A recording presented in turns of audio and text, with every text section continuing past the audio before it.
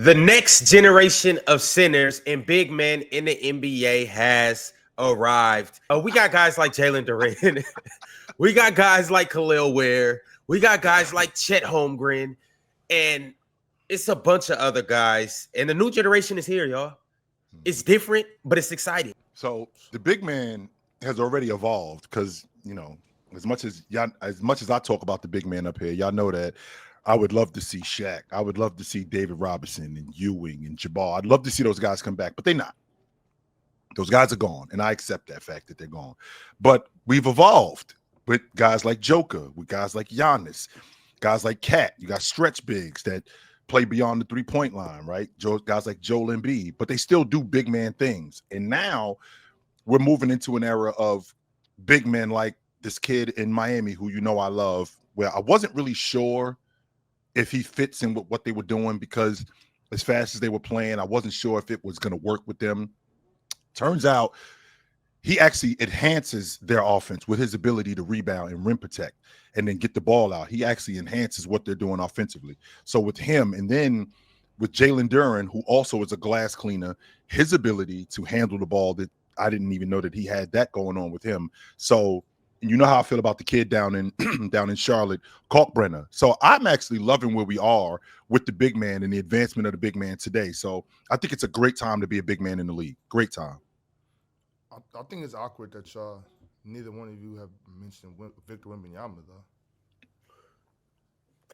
I did not mention Vic, Hey, and who the reason why I cares? didn't mention Vic is because Vic is more of an alien type of player. Like these guys are actually big men. Like Vic is something that's different. Like Vic is over there. Okay. Like I apologize that I forgot you, Vic, but being an alien, being from another world, that's kind of what happens. But yes. Yeah, and also too, guys, we're starting to see a lot more like double big lineups again, things like that. So I think it's pretty cool to see big men back in the NBA. I think it's pretty cool. Even no matter how they play the game, if they're stretching out the defense, shooting threes, taking their defenders off the dribble, all types of stuff. It's good. It's good to see them have the skill set and ability to do other things. I think it's pretty awesome, honestly. Now wait a minute, Ox. I don't want to see the big man just living behind the 3-point line. You are a big guy. Do big man things. Don't get me wrong. I don't mind you showcasing your skill set, but I don't want you standing 22 feet away from the basket on the regular, just throwing the ball between your legs. Like you do big man things. I do want to see that. But I do think I think it's good to have the ability. Like I don't want you necessarily to be a big that's just running the floor and stopping at the 3-point line and looking to chuck up threes. But if you're in a set where you're on the 3-point line and nobody's coming out to close out on you, you need to shoot the ball. You know what I mean? If you got the ball and say you're getting harassed, the guy's all over you. You should. I want you to be able to have the ability to rip through and go to the basket, dunk on somebody, or kick it to an open shooter. Like I say a lot, I want everybody on the floor to have the ability to be comfortable 94 feet. That doesn't mean you have to be a guard, but you should be able to be comfortable with the basketball on the wing, or if you have to bring it up, if you have to push the break, whatever it may be. I just think it's good to have that skill set. You have the obvious names, the Wembys, the Chets, the Mobleys, the Jalen Durans at this point. I think they've been great, but I think there's something to be said about, like, to Chill's point, just doing big man things. Like if you're a big and you run the floor hard and you box out and you rebound and you set good screens and you roll hard and you have good hands, like you can have a 15-year career. Like that's really all you need to do. Like all this cool for versatility and like you need to be able to put the ball on the floor. Like that stuff is great. Like if you can do that, that's the way to become an all-star, to become this next level of talent. But literally play hard, be big and do big man things, and all of a sudden you're in the league for a decade. Like that's why I like Ryan Kalkbrenner, because I think he does, to Chill's point, he does the things a big is supposed to do. He catches, he finishes, he doesn't do things he's not supposed to do. He rolls, he plays drop coverage, He protects the rim to the best of his ability. And guess what? He's been really good just doing that.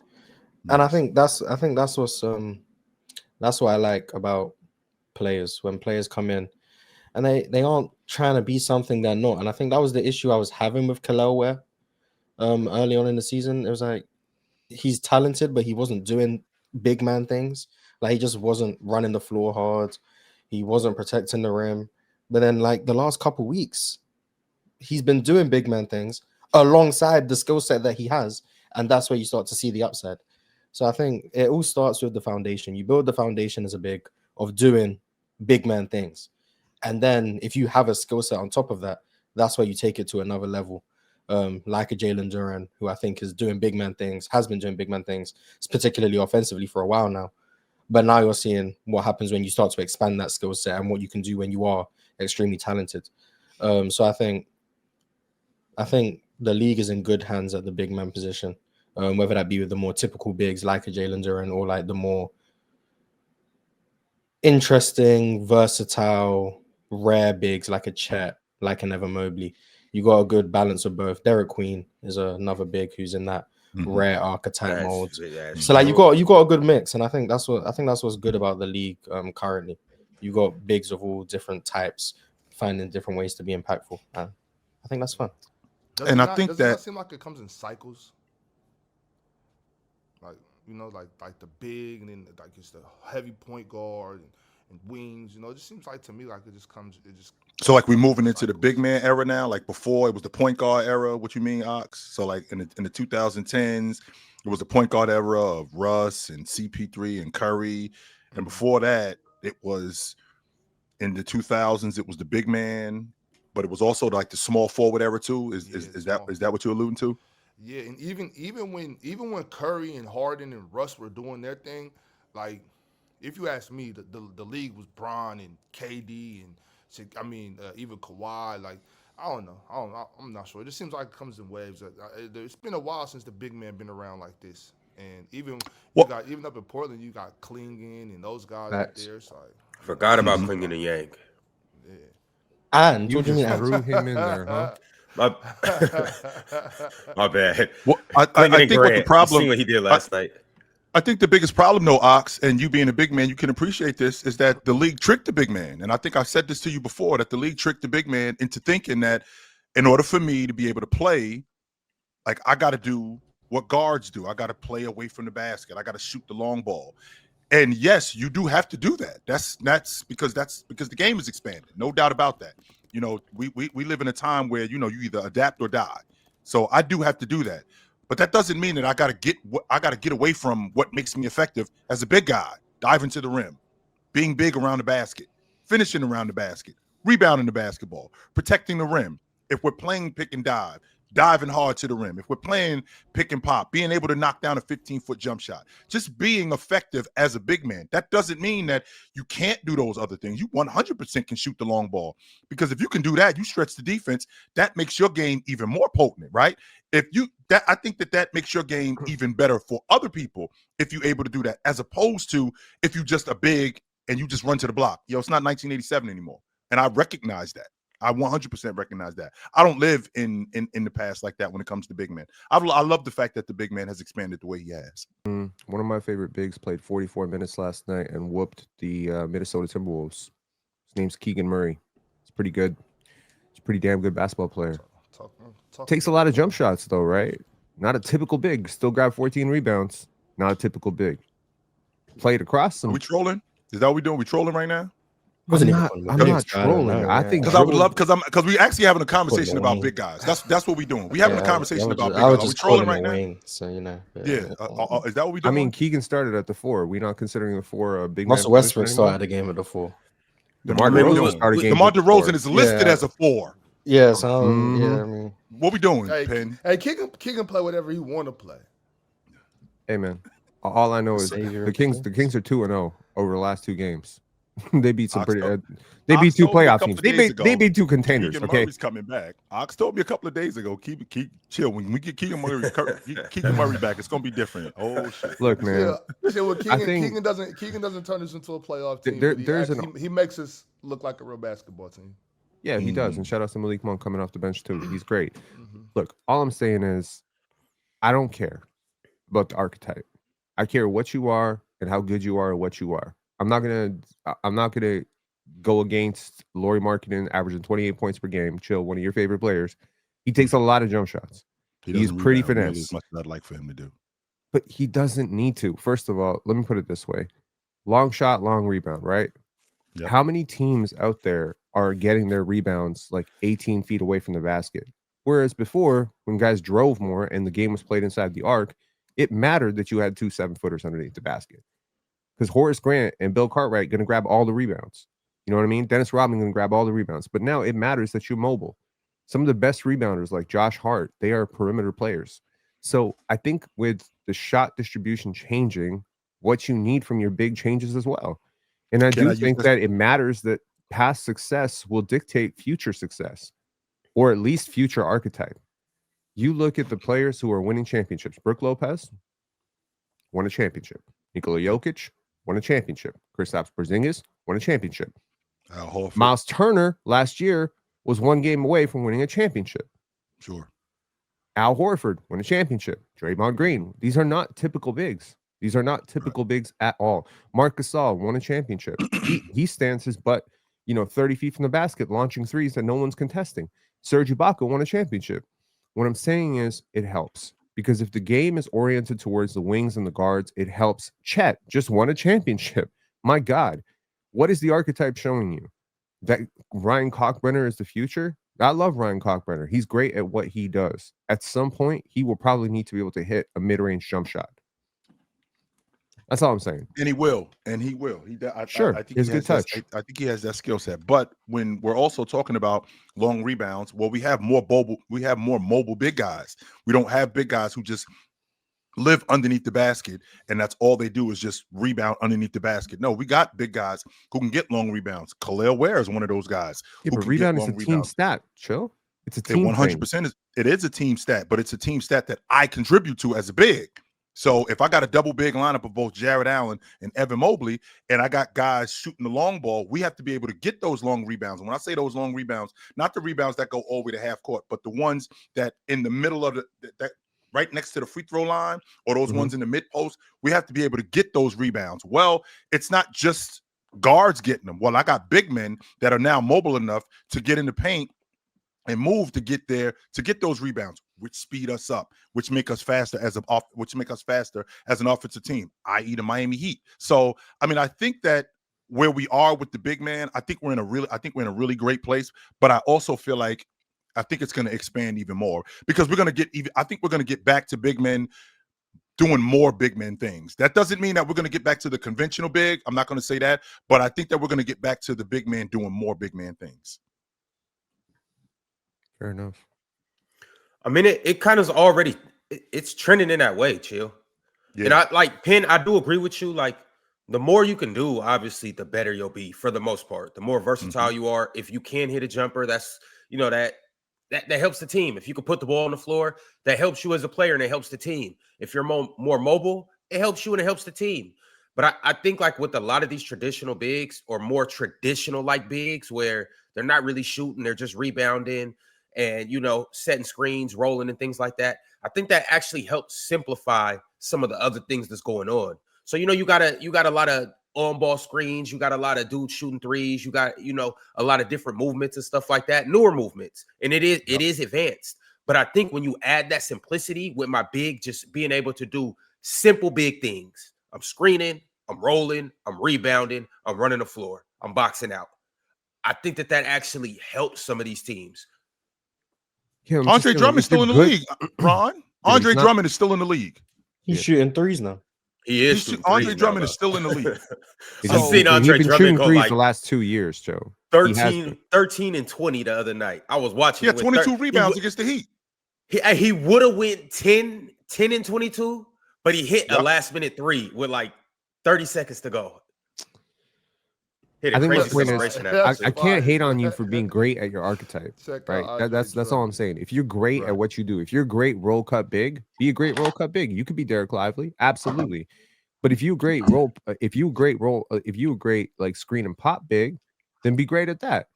You know what I mean? But my view is the more of those things you can do, the more you got in your holster, the better you're going to be, right? Because you're going to be able to do different things and the defense is going to be able to take fewer things away from you. If you're a big that's a jump shooter that can't post up, well, then now your guard cross match and transition is going to be really weird, right? You're probably going to pick up an offensive foul. If you're a big that can't handle the ball, now you got to look for a guard when you catch the ball on the break, even though it makes sense for you to dribble up the court. If you're a big that's that the one can't right shoot, there, though, Pin. what? Pin, that's the one right there. I think that we could look past. We You know can what I look mean? past. Yeah, if you're a big that can't really dribble the ball up the floor, I think that's the one where we could be like, all right, we can still work with that. You know what I'm saying? Like We can I work with think it, but it's an more advantage important if to you be able can, to- right? Oh, Yes, absolutely, it is. absolutely. I agree. KG could do it. Chris Webber could do it. You know, a lot of the best bigs in NBA Jalen history. Duren could do it. That's why they had a It- 13-game win streak. There you go, Jalen Duren. That's what you think. Y'all think they're Jalen on Duren 13 dribbling the game. ball is not why they're on a 13 game win streak, Ron. See, Yes, it is. Please stop that. It's basically the reason. Yeah, it's basically the reason. I'm sure it doesn't help, but that's But not. he's very I mean, I'm skilled. sure it helps. I feel like people look at him and they don't realize Jalen Duren is a very skilled basketball player. He is an above average. Absolutely. He So, is a hey, great Pitt, some people screener, just great don't know Bro, Yeah, rebounder. y'all saw that motherfucker go Yeah, between his Trenchy. legs and do some hezzy bullshit one time, and now he's very skilled. He is Brother. very Yeah, skilled. But he been First skilled of for all, a minute. No, I think He he is is very skilled skilled. though. I think, but when you see a guy like that though, especially a basketball player, when you see a basketball player that's built like him, that looks like him physically, you don't expect him to be able to have a little bit of touch. You don't expect him to have good feet. You don't expect that. Jalen Duren is absolutely a very skilled big man. Now, mind you, I'm more leaning to Drench side with the we don't really need you, you know, bringing the ball up and doing all the extra dribbling. But it's cool if you can. Like it's cool if you can. No, I'm not gonna tell you, hey, don't dribble the ball, but like that's not, you know. Like, go ahead though, Pin. I'm sorry, because I No, interrupted. I mean, just wanted like, to say, like that was the- everything that you can do, provided you know when to do it, is an advantage. If you look at Kevin Love, his ability to throw inbound passes like 90 feet, that's an advantage. My ability to throw, like yesterday, I was watching the Raptors and the Cavs, and I swear 4 passes went 60 feet and then went right over a player's head. The ability to just throw that pass as a big is such an advantage. And we're seeing it with Jokic, right? So we are increasingly seeing the best bigs in the league, Jokic, Giannis, Embiid, over the last few years, be very skilled. Very skilled. They can all dribble. They can all pass. They can all shoot. And I think that matters. That's it. I'm not saying that you shouldn't screen. I'm not saying you shouldn't be able to block shots. I'm not saying you shouldn't be a rebounder. All those 3 guys are really good rebounders too. I'm saying the more of these things that we can stack on your skill set and the more IQ that we can put into you, like that's what I'm saying. And I don't want people to mischaracterize Jalen Duren as some sort of unskilled brute. He is not unskilled. He is very strong, and people look at him like he's freaking Andre Drummond. He is not Andre Drummond. His basketball IQ is like so much higher than Andre Drummond ever was. What I don't want to do, Penn, is I don't want to put you in a box. What I mean when I say, okay, you only as a big do this. I don't want to do that. But I also want you to do the things that big men do too at the same time. Right. So I feel like with you being a big guy, if you get the ball off the glass and you can go with it, I mean, that takes a lot of pressure off your point guard, right? That takes some, especially when I'm dealing, just like me and Ox had this conversation. As a guard, my job is to rebound. And the reason why one of my jobs is to rebound is because Ox might have to deal with Andre Drummond, and he might need some help with dealing with Andre Drummond. Well, same logic goes for your point guard, because if Davion Mitchell is hounding Cade Cunningham, I'm going to alleviate some of that stress, because as a ball handler, I'm going to be able to bring the ball up and take some of the pressure off of him. Because if he's getting hounded 94 feet, that's taken away from the shot clock, that's speeding up our offense, which we don't want to get into at certain points. We do want to slow the game down. We do want to speed the game up, but we want to slow the game down. So if I can take pressure off you in that aspect, I think that really helps us. But with that also being said, I don't want to take away from you being a big guy also. I don't know why we don't do this with other positions though, right? Like back in your day, point guards were pass first, floor generals, constantly massaging the basketball, holding the basketball a lot. Now point guards will potentially get off the ball very quickly, play off ball, take a ton of shots, take 30 shots, take a ton of pull-up threes. And this was all very wild to us when Steph was doing it initially. We're like, why is he not playing like John Stockton? You know, but we don't do that anymore. Like just what you described right there, Davion Mitchell and Cade Cunningham. I cannot think of two players who are more different, really. Right. But they're both very effective. One is just way better than the others. I don't know if that's the difference. Like one is just way better than the other. But they do different things. Davion is one of the best point of attack defenders, and he is absolutely a huge part of why the Miami Heat are able to play as fast as they are. He is also one of the best passers. Well, not one of the best passers, but he's one of the most frequent passers in the NBA. Right? Cade is too, though. Cade is not Some one of the skills best are more defenders valuable at than all. others. Some skills are more valuable. 100% they are, Mars. Cade is one of the best defenders at the point guard position. I said Cade is one of the best passers, not defenders. Oh yeah, for sure. But I'm saying like Cade is a multi-scorer, and then Davion is a guy who is not really there to score. He's just it's Cade completely is different better than him. That's what I'm saying. Cade is better. We're not talking about them being better. You're going off the rails though, Drenchie. That's not what I'm talking about, right? That's not what I'm talking about. I'm not debating he's better. If you got a point guard and you got a point guard that's got a guy like let's say for example you got Cade Cunningham or you got Jalen Brunson, but then you got Drew Holiday hounding him all night. Would it not help your crew and alleviate some pressure if you had a big, when he get the ball off the glass, he could go with it and get some early offense going? This has nothing to do with Jalen Brunson being a much better player than Drew Holiday. What this is about is being able to alleviate some of the pressure from him as a ball handler.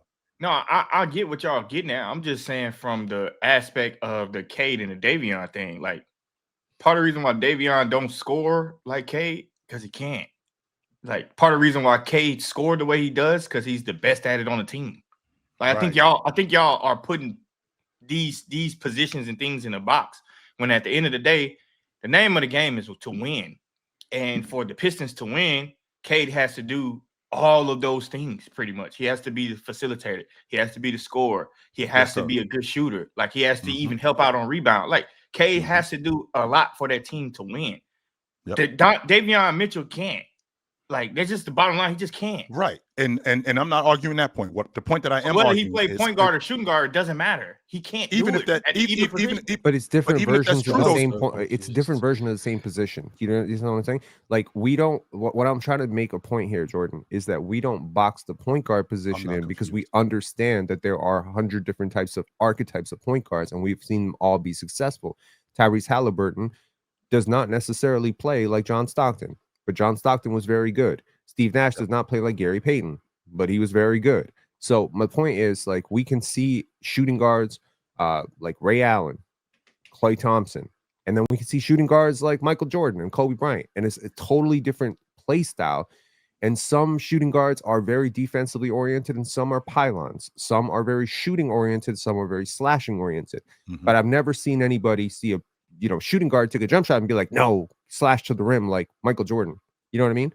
We have a bigger variety of what we think wing positions and perimeter positions can be. Whereas with big men, if they don't rebound, we think they suck. See my point? I don't think they think they suck. I just think they just not good at rebounding. Okay. No. But it is fair to criticize a big that doesn't rebound. If you don't rebound, I don't get where we're going. I get it. Like, big man supposed to rebound. He's tall. Jared Jackson win or lose the game. Even trash this year. So. You have to rebound. I don't think every position has to rebound. You can't be. No. It's there's point guards get criticized for not doing point guard things. But my thing is, criticize point guards for not shooting. Of course, it's great to have a point guard or any guard that can help rebound. You need that, absolutely. But if you're a 5-man, if you're a big man, a power forward, a big man, and you don't rebound, if you're not good at rebounding, either you're not good or you don't do it, either one, you are going to get criticized, and you should get criticized. Right. You are a sorry ass big man if you can't get your ass on the glass. There's nothing. I don't think Triple J sucks, Jordan. I don't think he sucks, but he don't suck, but he's sorry. I think Triple J can get exposed in situations to where he will suck. Like, and I think it happens all the time. I think it happens in the playoffs. Like, in the setting, he can get by in the regular season because there's so many games and so many teams. But in the playoff setting, in these series, he looks like garbage. And he realizes, like, I'm not that good of a scorer. So if I'm not affecting the game and I'm this tall, I'm the team starting power forward or the team starting center, and I get 3 fucking rebounds and I suck on offense because I can't do anything, then you suck. whether you want to say that's not what big men do, the big man game has evolved or whatever, doesn't matter. Like at the end of the day, you're tall. They expect you to get rebounds. If you don't, and you're not that good of a scorer, well, you suck. Like Mars, what this started with, because I know that we kind of lost you for a second. What this started with being the big man and being able to alleviate some of the duties of the point guard, because we're dealing with a point guard like Drenchie was talking about with Cade, who does a lot of things with the ball. Well, if he does a lot of things with the ball, he need the ball. So if I got a guy like Davion Mitchell or a point of attack defender like that that's hounding him, if I got a big man who gets the ball off the glass and can go with it and take some of that pressure off of him, that's a plus for us. Now, we moved into, okay, Davion Mitchell being better than, Cade Cunningham being better than Davion Mitchell. We kind of like took the exit before the exit we was trying to get off on. Okay, we let's get back on the highway. I wasn't harping on Davion. Obviously, Cade is better. I was just saying, Penn was saying they're completely different point guards. And I'm saying the reason why they're completely different is because one's just better than the other. Like, no, that's not why they're completely different. I just do something exactly different why they're than you. completely different, you. No, Shea and Luka are completely different. That's complete 100% that they are. And not only they're just because I'm completely different than you, that does not mean that you're just better than me. No, that doesn't mean that at all. No, I'm saying that's the case for Davion and Cade. Okay, but here's the There are difference. different ways for the point guard position to impact the game. Going We back all down the road agree is that pretty good. Jason Kidd is amazing, right? Mm-hmm. Like we agree with that. Jason Kidd was amazing. We all agree Steph Curry is amazing, right? Mm-hmm. Their skill sets are super different. Their strengths and weaknesses are super different. You don't need to go to Davion. Skill set is similar. I mean, it is what I don't think they're that similar, but okay. I mean, Luka's what is similar about their skill sets, Jordan? The way they score the basketball. I don't think the way they score the basketball is similar, man. I think the way they score the basketball is similar. I mean, whether you want to say it or not, it's sure. I'm not saying their prototypical game is similar. I'm saying they both can pass, they both can shoot it, they both can get downhill and score it. It looks different, but it's similar. The archetype is very similar. That's why they both scoring 30 a game. It's the player choice way. Yeah, them boys don't get it started. The player choice way. You're the player choice way. Come and switch lanes into the player choice way.